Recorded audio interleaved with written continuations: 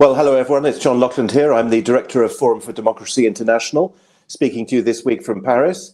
My co-host Peter Lavelle and I are delighted to welcome this week as our guest Samuel Furfari from Belgium, from Brussels, I believe. Samuel Furfari worked for more than 25 years in the European Commission in the energy sector and has written 20 books on energy and sustainable development. And his latest book is called The Truth About the COP, the COP.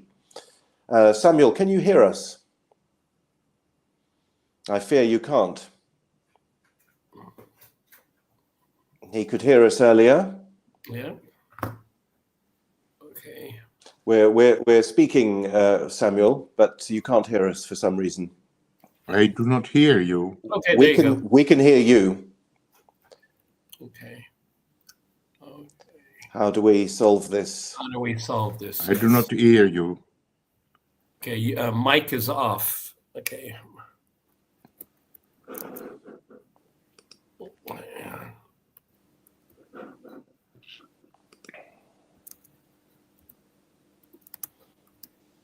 I hear the music when you launch the video.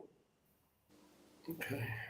Yeah, but we can hear you very well, Samuel. We can hear you loud and clear, but I don't think you can hear us. Okay. All right. Maybe you'd like to log off and log back on again. Yeah, go out and then come back in. Do you want to log back off and come back in again? I'm not sure how to say that by sign language. Okay. That's right. Then come back.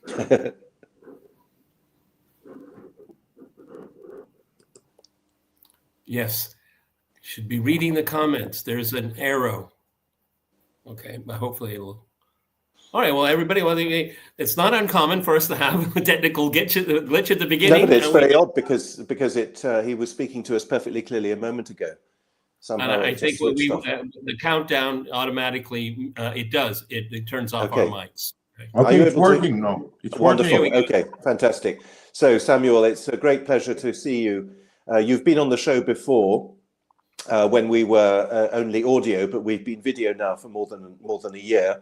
And as I was saying to our viewers, you worked for, you correct me if I'm wrong, but you worked for 25 years in the European Commission in the 36. Well, there we are then.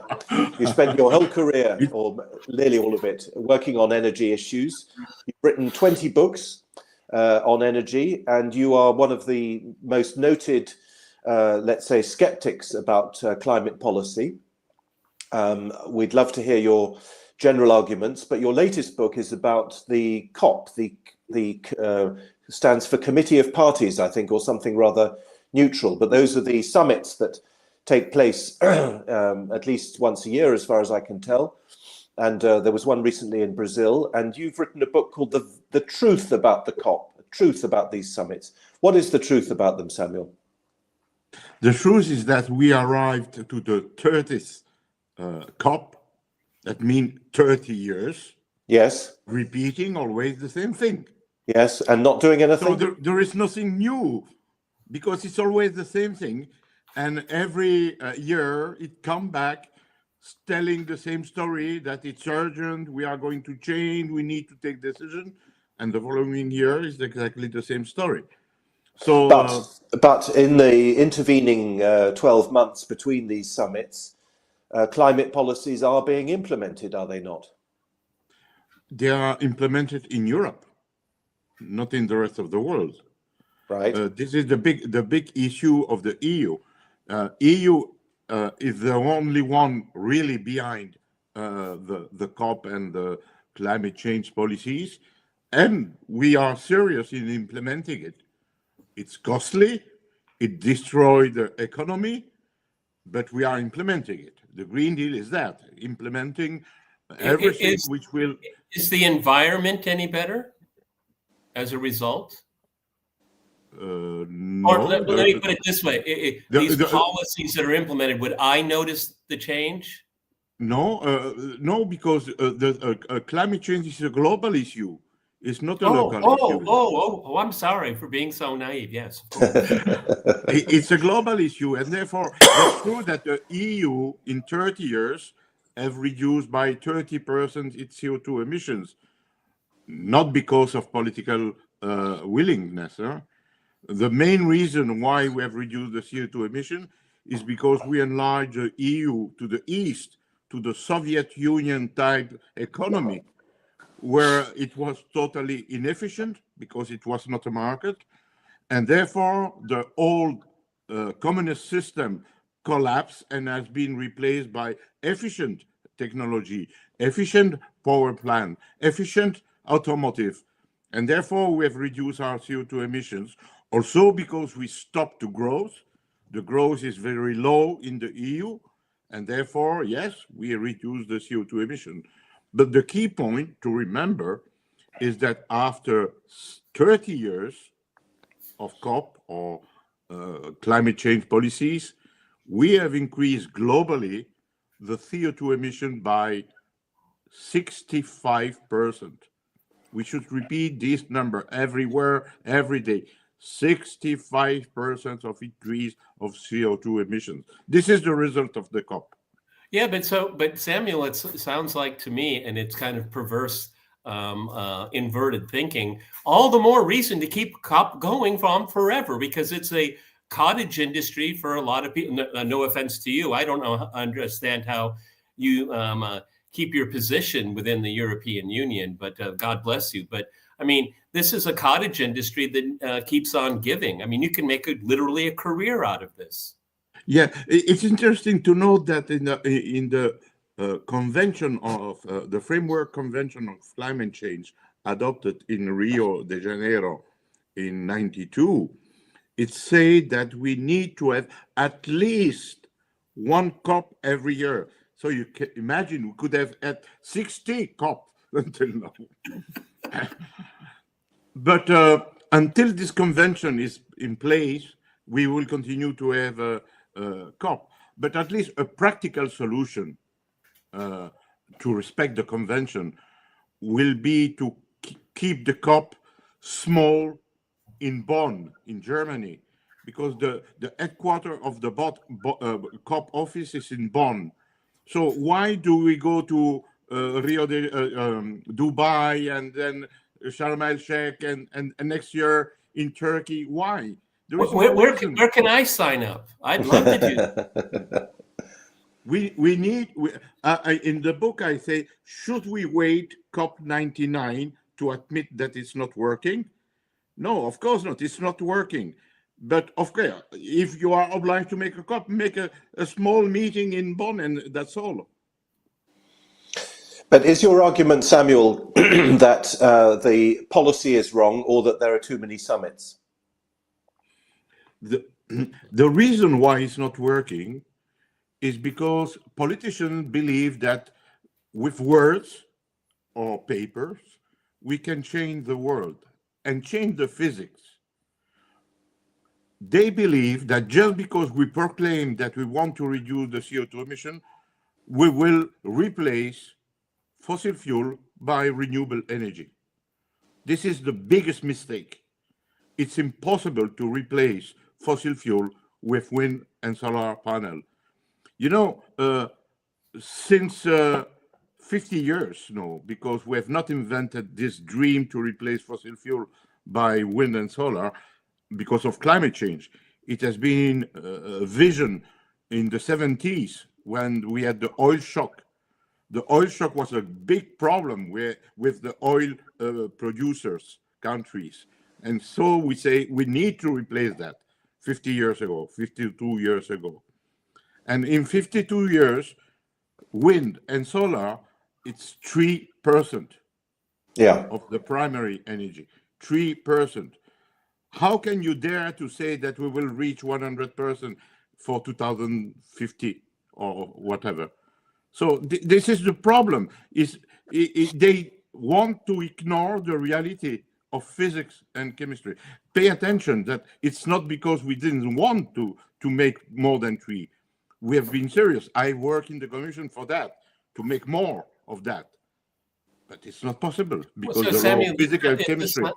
it sounds like it's just virtue signaling and nothing more. Yes, unfortunately, yes. But there are still people which are sincerely convinced that it's possible to replace fossil fuel. And so they say, oh, we will continue. Politicians do not want, but we will continue. No, politicians want and try and put the money. It's now 50 years that politicians try and put the right money to do that, even too much money. Indeed. But the 3% figure, is that the 3%, is that 3% in Europe or in Germany or in one of the countries that, or is that 3% in the world? It's 3% in the world, and the EU is 5%. My God. So in other words, in the EU, Germany is covered in windmills, and yet it's still only 5%. It doesn't really surprise me, but that is incredible. No, of course not. You know, it's not by case, you know. Everybody believes that windmill or solar panel will be able to replace, but a windmill and a solar panel generate electricity, not Yes. all type of energy. So when you put windmill, you just produce electricity, and electricity in the final demand of the EU represent 22% of the demand. Yeah. So if you increase windmill, you increase a share of the 22%. Yeah. That's why the remaining is not increasing. This is the main problem.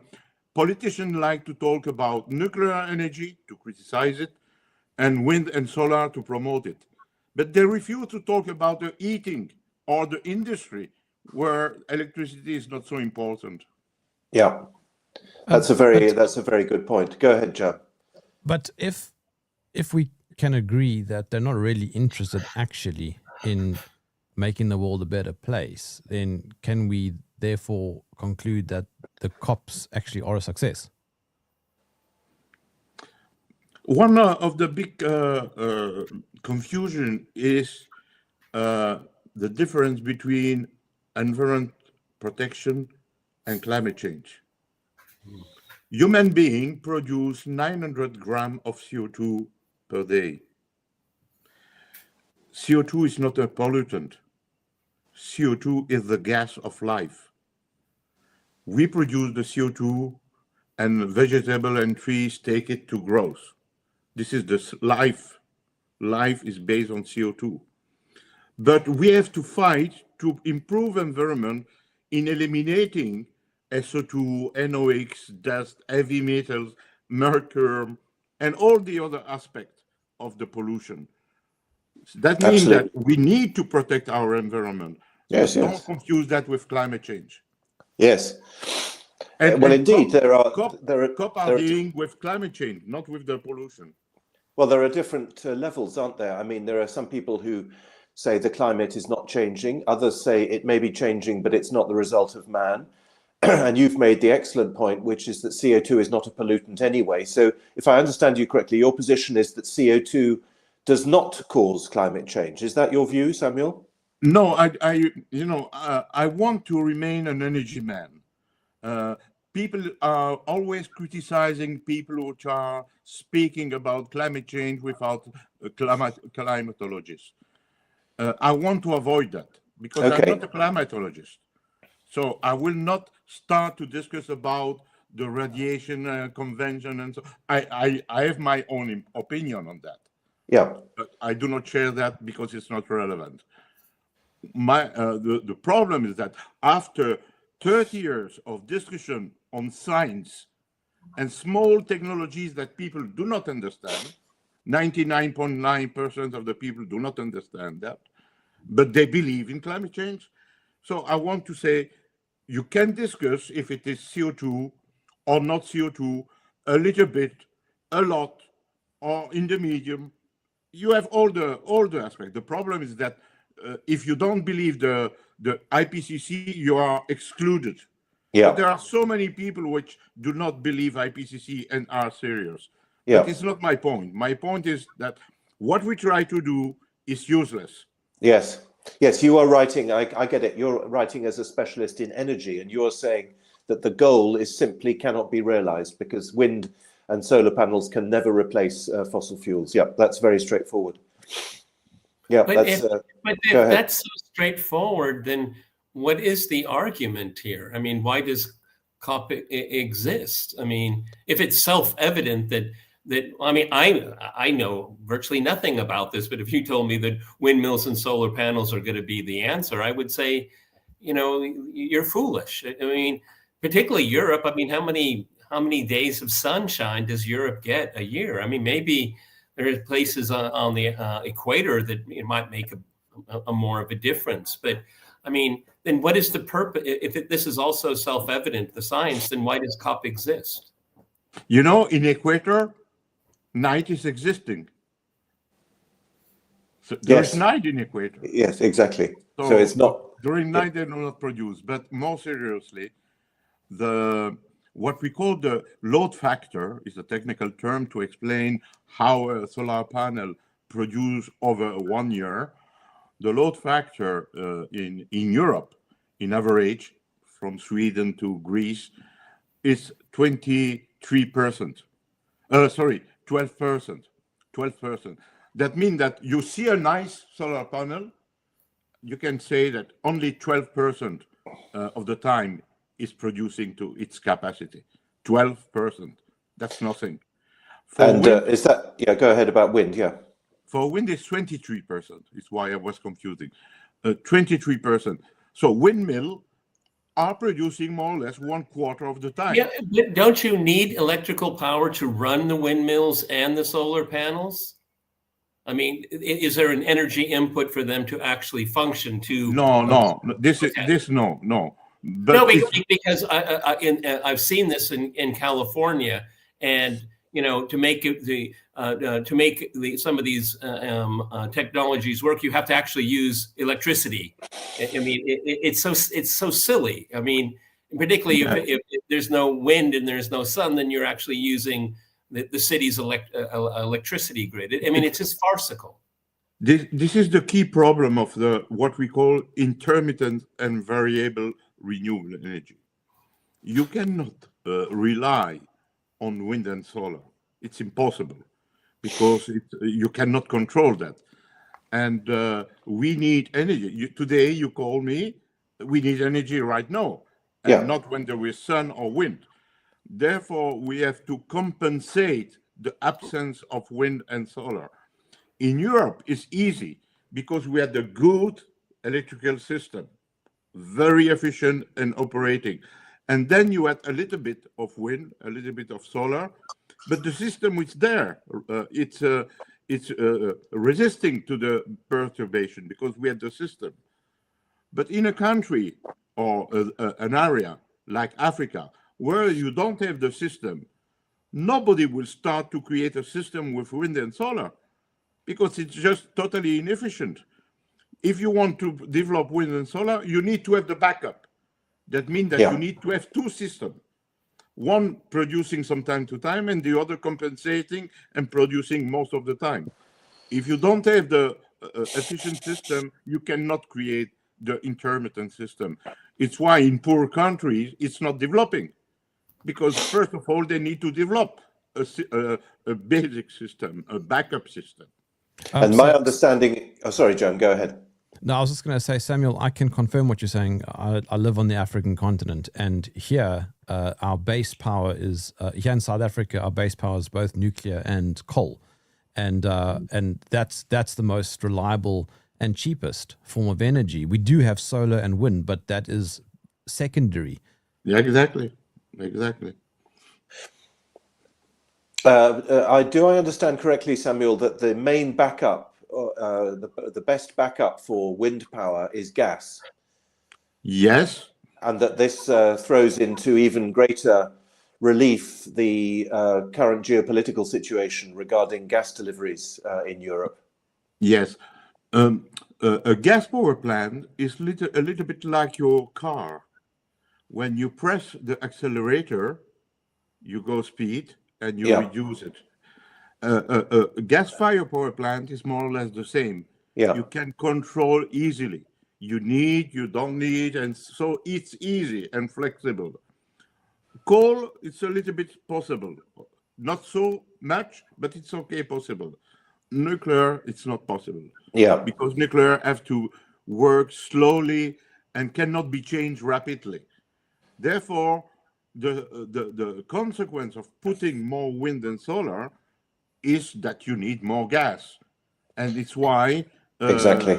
even in Germany, they want to develop new gas-fired power plant because Yes. it's a must. You cannot avoid that. Exactly. And the figures you mentioned, the 12% and the 23%, that's the percentage of time that solar panels and windmills operate. So a quarter for windmills and an eighth for solar panels. Does that percentage go down over time as the machines get older? Yes and no. It go down because the plant become old and less efficient, so it's reduced. But it go up a little bit because it is now understood that it's better not to place windmill anywhere and not to place solar panel in Germany, but more in the south. So the average for the EU is more or less the same. Technology is improving, yes, but age is destroying the improvement. And you are not going to replace a windmill just because you have a new one, a new technology or improved technology.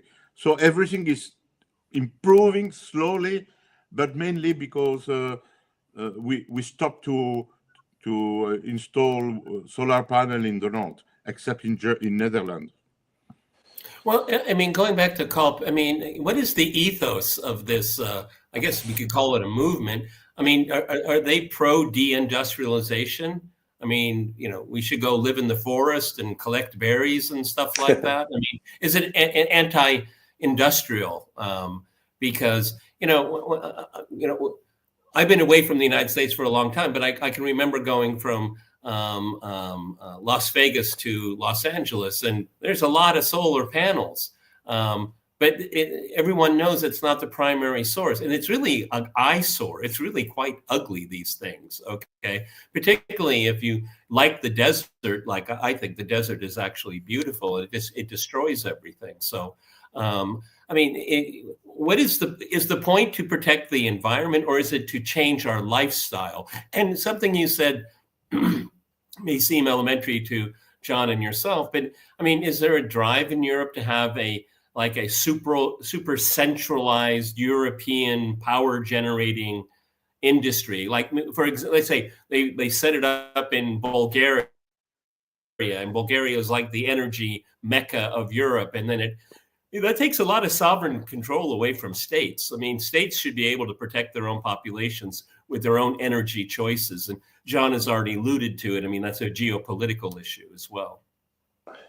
Thank you for your question. If you allow me, I will take a few minutes to answer to that because it's the key point. I explained that in my book because it was normal to start with what is the COP and why we have COP. So I need to explain that before analyzing the disaster. It started, strange enough, with something which has been beneficial for me, because thanks to that, I made my PhD. It is the Club of Rome report on the middle report, Stop the Growth. Right. 1972. Yes. It started from there. Yes. The idea was we cannot continue because we do not have enough resources. Right. And this sentence has been instrumental for my demographics PhD. I made my and all PhD because of that. Right. Stop growth was the ideology in the 70s. It's still the same today. Because a lot of people still believe that we do not have resources and oil will finish tomorrow. So stop the growth of the Club of Rome, trigger the system, and give rise to Mrs. Brundtland report on Sustainable Development, 78. This report was saying, we can grow, but slowly, and pay attention not to use too much resources. And then the United Nations created the Rio Conference in 1992 with this convention, which gave the follow-up of the COP. So what we have today has been the consequence of the Club of Rome saying we have to stop the growth. And behind all what we had just mentioned, this is the mantra: stop created growth. Growth is bad for the nature, so we need to stop. And what there is behind that? It's Malthusianism. Absolutely. That's Malthusianism. We need to stop growth. That means stop the development of economy, because we need to stop the development of population. Limits to growth. And therefore, the idea is to say, okay, we cannot continue. We need to limit the energy consumption. And one more proof for that is that the people who are afraid of climate change crisis do not want to hear about nuclear energy. Why? Because nuclear energy is infinite energy. Oh yeah. Even with today technology, and not futuristic fusion or whatever, today technology can bring infinite energy to the world. And if you have infinite technology energy, you cannot stop growth population. If you are afraid that there is not enough resource, you can say we need to limit the population because we don't have not enough. But if you have an infinite energy, the argument falls. It's why they do not want nuclear energy.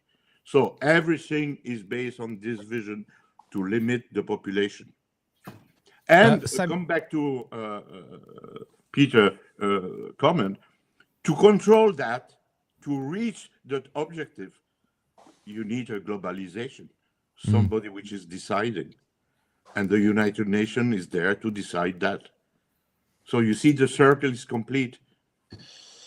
What I find interesting, Samuel, is I was recently in China, and I traveled across from the east to the west, and I spent some time in the province of Xinjiang, and I did a lot of road trips. And there was this one stretch where I drove for, 1 to 2 hours, non-stop wind turbines. It must have been in the thousands. And I don't mean small wind turbines, I mean huge turbines. And what I found out while I was there is that China casts a very wide net. So they're currently building 52 new nuclear power stations, while also building thousands of wind turbines, while also building solar farms. So they seem to be covering all their bases, which does appear to be working. When you take China, you cannot basically be right in the number you are giving. If you say that the Chinese is the country with more automotive, it's China. What is a country with more anything? With more smartphone, it's China. Whatever. So if you take about windmill, China is the champion. If you take hydroelectricity, China is the champion, and even more because they are building new dam in Himalaya. But if you talk about coal, China is the champion. They are building a new coal-fired power plant, efficient, non-polluting technology in China. Oh, nobody ever says non-polluting. That's never. I've heard that. Every day they're opening up a new one, but no one says non-polluting. Yes, it's non-polluting. I've never heard that. Seriously. My first life in the European Commission, from 82 to 94, was on technology development for clean coal, clean gas, fuel cell electricity generation. I was in charge of clean coal technology. I invented the concept of clean coal technology in the Commission. And we were successful. we have been able to reduce drastically all the contaminant of coal-fired power plant, but also the other power plant. We abandon everything, and Chinese copy everything. Today, if African country or Asian countries need to buy a power plant, they go to China. China has copied our technology, our know-how. We give up, say, no, we don't need that anymore. And so they copied, and we have a bright system. I can explain you all the system that we have developed to reduce the pollution of coal-fired power plant. Yes, it's a pity. And it's why they increase the demand of coal. You know, the demand of coal is increasing constantly in the world, and not only in China. Nobody mentioned Indonesia. Mm-hmm. Indonesia is the first coal exporter in the world, and the demand of coal in Indonesia is increasing because they are the first country for nickel production, and you need coal for that. Another country which nobody mentioned when we talk about coal is India. Last year, Narendra Modi published in April 24, published a tweet saying it's fantastic achievement. We have been able to produce 1 billion ton of coal. It's for them. It's something very positive to have produced 1 billion ton of coal. And thanks to that, they removed 300,000 people from lacking electricity. So that's true. There is more windmill there in China, but it doesn't change the global picture. So just hang on, Peter. I was just trying to make the point that the point I was making is that China doesn't seem to care about all these policies. They're just going ahead with whatever works, and that's a great thing, isn't it? Yeah, they're giving the middle finger. Yeah, they need growth. They don't believe in the Club of Rome. Exactly. Particularly because if you go to the east of China, Shanghai, Beijing, it's very developed, even much more developed than the EU. Yeah. But on the west side, near Central Asia, is still a poor country. China is a communist country. They cannot have two systems. So or Shanghai become poor, or the West prospers. And to become prosperous in the West, they need energy, massive energy. It's why it's ridiculous to believe that we are going to reduce the fossil fuel consumption in the world. China must. Go ahead, Peter. No, I was going to say that, Samuel, the argument you've just put, I think is quite widely understood, that other countries are not going to pursue the same climate policies as Europe. But your main argument in your book, and not just in your latest book, is much stronger. It's that even in European terms, the goals cannot be achieved. That is an argument which, because you say these are the laws of physics. We simply can't produce enough energy from wind and solar to satisfy ordinary needs like heating, never mind industry. Yes, they believe that in putting more public money, something will change. It will not change. The law of physics is still the same. The wind will not blow more, and the sun will not shine more. So we will remain with this problem of intermittency, and therefore need to have the backup of gas.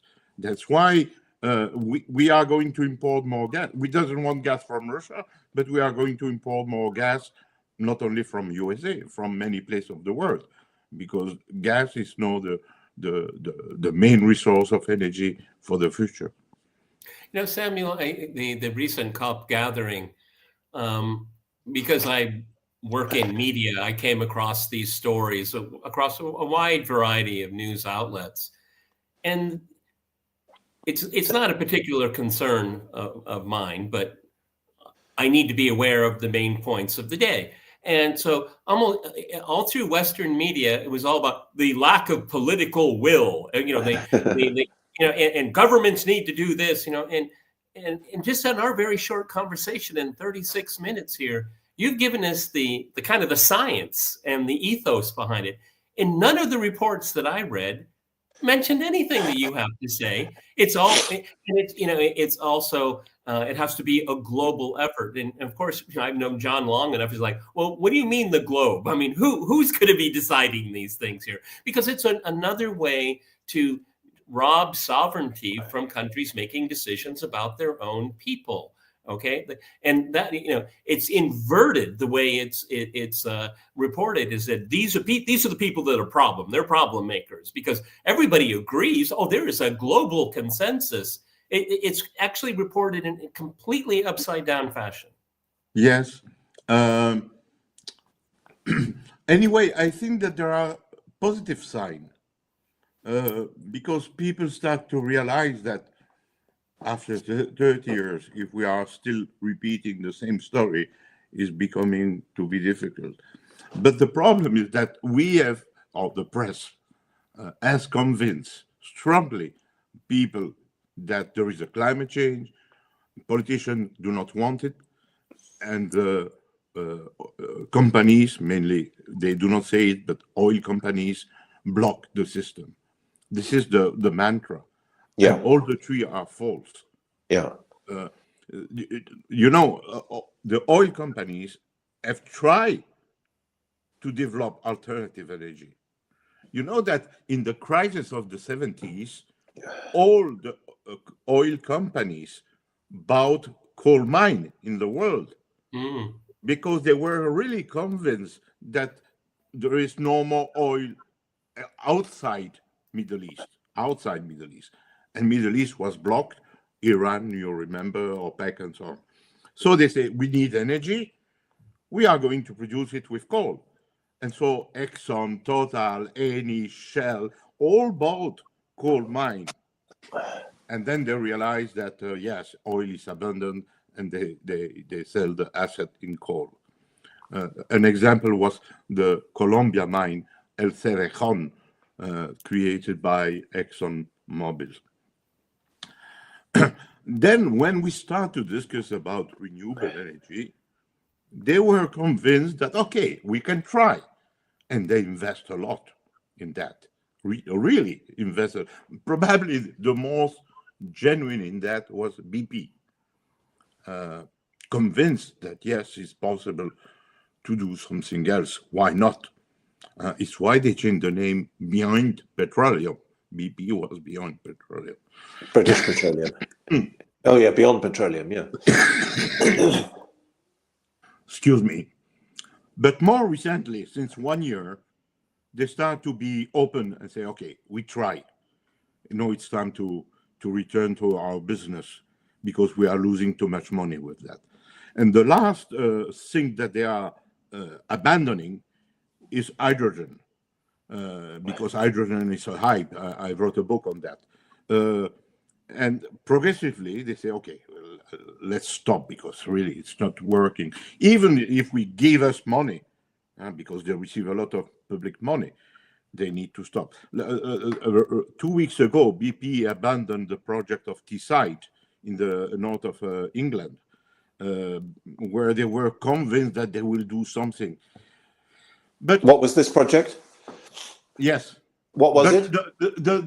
I don't know if they were still believing in that, or if it is just, a fraction of their advertisement budget. Well, what was the project in Teesside? Agreed. What was the project in Teesside?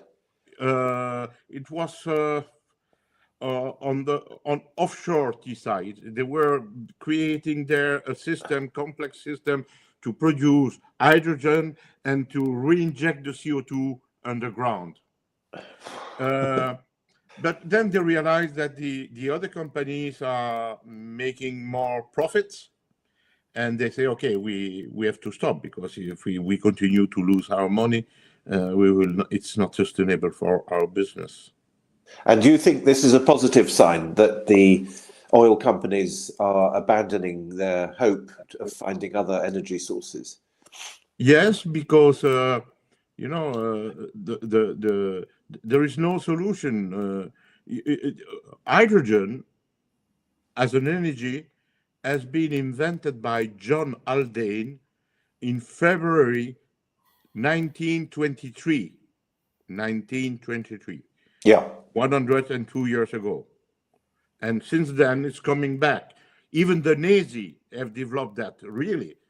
The Nazi needed oil and gas because there was no other form to produce fuels for transportation, and they tried, and they abandoned. So we need to admit that the chemistry is not working, and we need to abandon this idea. But it's so nice for the companies to advertise. You remember that in Netherlands, Yes. last year, Shell has been condemned, and then it wins the case again in appel. Shell and Exxon are obliged to show that they are doing something, otherwise they will be to the court. Even if it doesn't work. Even if it doesn't work, but I repeat, it's a small part of their budget. Yeah, Exactly. The big companies civilizational erasure. Waste money. Yeah. It's an advertisement for them. Yeah. No, but it is willful illusionism. We've talked about this in many other contexts on this show. We come across it particularly in foreign policy, geopolitics. But you're saying, Samuel, that these summits have continued now for a generation. They say the same thing every year for 30 years. They ignore the laws of physics, and their ultimate goal is to control the climate and to control population growth. And listening to you, I'm just reminded of the very famous legend about the Anglo-Saxon King Canute, who had his throne brought down to the beach and commanded the tide to go out. And when the tide went out, he said, well, yes, you see, the sea obeys me. And in other words, we are dealing with a political ecosystem based on triumphal illusionism, on this belief that we can control the climate and control population growth. Whereas surely population growth, maybe one could, with certain measures, reduce it or whatever, although there hasn't been much sign of that in recent years. But the climate, good God, I've always found that, by the way, the most philosophically arresting part of the climate issue, the idea that we can control the climate, because we're really going back to almost, one thinks of the Aztecs or whoever making human sacrifices to make the sun rise tomorrow, that kind of thing. It's very arrogant. Well, and John, again, this whole demographic thing, it's only a matter of time we're going to start experiencing depopulation, not overpopulation. Okay, no. It's just really absurd. Samuel, again, one of the themes of this podcast that's ongoing is how emergencies. We have a medical emergency. We have climate emergency. We have external threat emergency. This is this constant theme of terrorizing people. Okay, and it just seems to me that COP, its purpose is just awareness. It is, it's menacing. It's out there. We have to do something. We have to keep saying we must do something. It's so empty, and its impact is less and less, I would say. And it's why they are talking always of urgencies, immediate action, not to waste. It's urgent. An anecdote that I put in the book: the Kyoto Protocol was foreseeing a reduction of nearly 6% of CO2. It was in 1987 to reduce the CO2 emissions by 2010/2012. What does it mean, 10 and 12? We cannot say 12 because it's urgent. We need to say 10. And it's like in Paris agreement. By the way, the title in my book is not Paris Agreement, it's Paris Disagreement, because it's a total disagreement, the COP21. There also they discuss 1.5 / 2 degrees C, because they cannot accept that they need time, and so they want urgency.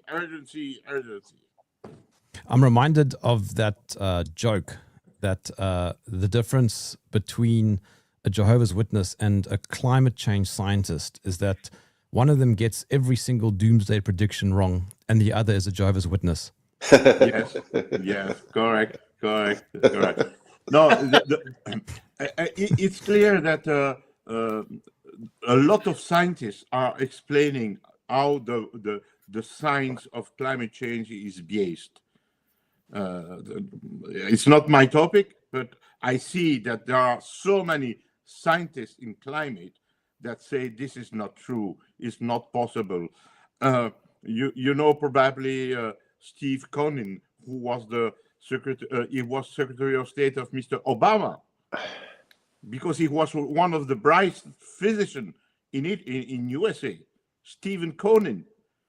And then he analyzed, he was not dealing with climate change, but he has been asked by the US Physical Society to make a report on climate change. And so he was virgin in the topic. And he studied the topic, and he came with a report saying there is too much exaggeration. Yeah. He didn't say that there is no climate change. There is a climate change. CO2 can probably have a small impact, but there is too much exaggeration in the consequences of that. This report has not been published because it was not acceptable for a US association to say that. So he transformed the report in a book, and he published a book on that. But there's a financial incentive to be extremist. I mean, I come from academia in many lives ago, but if you could find a niche where there's money for this topic, I'll take it. I'll write about it. Why not? I need the money. And yes. So if there's money out there, and we believe the ozone layer is going to burn off in 5 years. Can you write? Oh, I'll write about it. Sure. Oh, why not? And the thing that, sorry. And I found this, excuse me, I found a pity that even scientists fall in the pit, Absolutely. I was a scientist, and I know that scientists are passionate by their science. They are passionate because it's really something enthusiasming to make science. But when they fall in the pit saying that they reject any consideration which is not their mainstream, it's a pity. It's disgraceful. The thing that worries me a little bit, Samuel, is the IPCC, which is the climate change wing of the UN. It was created, in the late 80s, early 90s. Before that, we had global cooling as the big scare. Then suddenly, with the introduction of the IPCC, global warming became the narrative, and it hasn't changed ever since. And I'm wondering if that is the infinite loop within which the UN finds itself. Will the IPCC ever change its position? It seems far too invested and too deep down this hole now to ever turn back. First of all, IPCC mandate is not to study climate change. Oh, God. The mandate of IPCC is to study the impact of mankind on climate. But climate has always changes, always.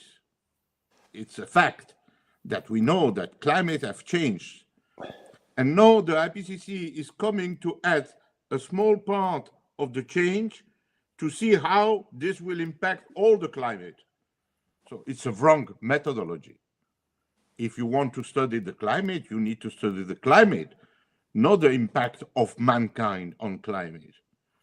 And the wrong thing is exactly that they limit one vision of the climate change, and even more, they limit that to the CO2 impact.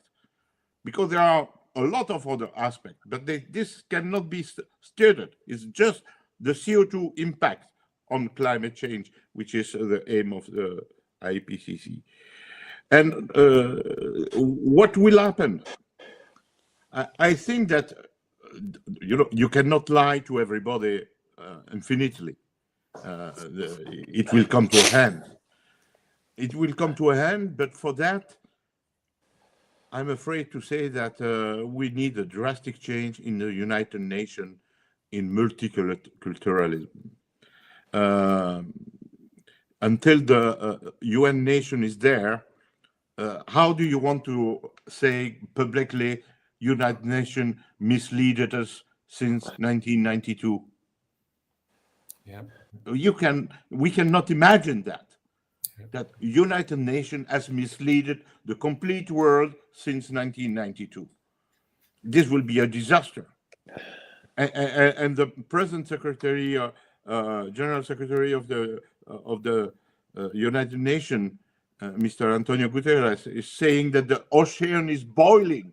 That's right. He uses the word boiling a lot. Yeah. It's ridiculous. It's not serious to say this type of thing. Yeah. And every COP, opening every COP is saying a catastrophe is coming, we're out in. It's not serious. Yeah. So what can we do with this type of statement with non-serious people? That's right. We should remove them, but it's impossible to remove them.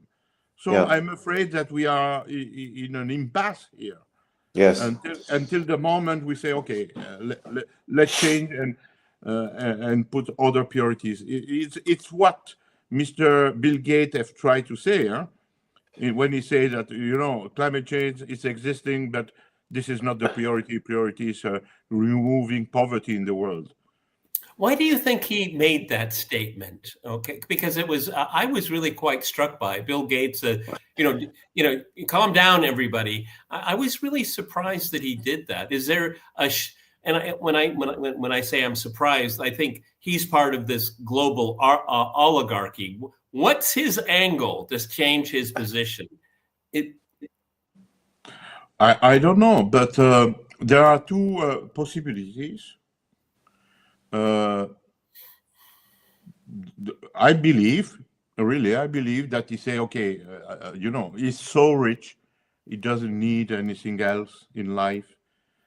He's approaching the end of life, like many of us. And you say, okay, the real problem in life is that we have people suffering in the world, and we need to give the priority to remove poverty in the world. This is a reality. Yeah. And so I believe that it is the main reason. Other people are saying, and I can say that it might be slightly true, but it's not the base of his new vision, is that he's working a lot on nuclear development also. Working for new technologies. And if he develop new technologies and he say that we need energy, like I keep repeating since years, we need energy. I say, okay, we need nuclear energy. So let's give the priority to develop nuclear energy and not the climate change, because as I told already, climate change activists do not want nuclear energy. Well, So I mean, think there's a possibility of a third reason he didn't want people to talk about the Epstein files. Okay. Well, but this is not my topic. So not your topic. What about the simple economics of so-called renewable energy? I mean, I think I know in very vague terms that windmills function thanks to a lot of subsidies. You must have worked, Samuel, on the maths, how much money is put in and how much comes out. And if, as I suspect, the result is negative, is there any sign in Europe that people are beginning to, that reality is beginning to break in? You mentioned a few moments ago there were some positive signals with the oil companies and so on. Do you think that people have looked at the economics of renewable energy and have started to change their minds, or are we not there yet? First of all, we have to repeat that renewable energy, solar energy, are not economic. Yes. They are not. And we should repeat and keep saying that, because all the others are agreeing and saying it's economic, it's economic. I ask a simple question. If it is economic, why there is an obligation to produce them? The directive of 2009, which has been renewed in 2018 and in 2023, are directive to oblige something which is economic. Yes. This is not existing. It doesn't make sense. So obviously, it costs more to build these windmills than the energy that comes out of them. Yeah, exactly. Especially if you take account of the impact on the electrical system. You know, if you have a windmill producing electricity, maybe the price of this electricity is cheap. But if you introduce it in the network, it creates the nightmare in which we are. So pay attention that maybe the solar panel is cheap, but in a system, it's a disaster. And it's why they continue to finance it. Exactly. And yesterday in the Paris Parliament, the Prime Minister, to save his government, promised to the Green that he will continue to finance renewable energy. It's a folly just to save its government, continue to waste money. So I don't know until when we can believe that. But, you know, there are so many people believing that it's so nice, so green. And furthermore, we don't need oil companies for that. So you don't see any signs. Yeah, you don't see any signs then that people are waking up to the economics of renewable energy. No. Sorry. So the impasse is pretty total. I believe that the solution will come when EU people and EU politicians realize that nobody is following us. Yes. When they will realize that the rest of the world is continuing with fossil fuel and nuclear energy, then one day they say, okay, we try, but it's time to stop. Yeah. Well, unfortunately, that day seems to be still rather a long time away. The European Union persists, we've said this on the show many times, persists in this illusionism, in this deliberate cultivating of illusions. I mentioned the recent sale of fighter jets to Ukraine. France doesn't have the jets and Ukraine doesn't have the money, but they still pretended to have a deal. But John, it was a good photo op. Exactly. Yes. Well, much like the COP. The COP always produces a nice photo op, a nice, on Copacabana Beach or whatever it is. Anyway, Samuel, it's been absolutely fascinating listening to you, and I'm sure our viewers have learned as much as we have. I particularly like the clarity and the simplicity. You're making a very complicated issue very, very straightforward, and I'm sure that all our viewers have benefited immensely from this time that we've had with you. Thank you very much indeed for accepting our invitation. Thank you for the invitation. It's very rare that a scientist is charismatic like you are. Thank you very much indeed, and we look forward to seeing you all again next week. Thanks a lot. And, bye. Best regard to the attendance. Yes, very good. All right. Thank you. Goodbye now. Bye. Bye.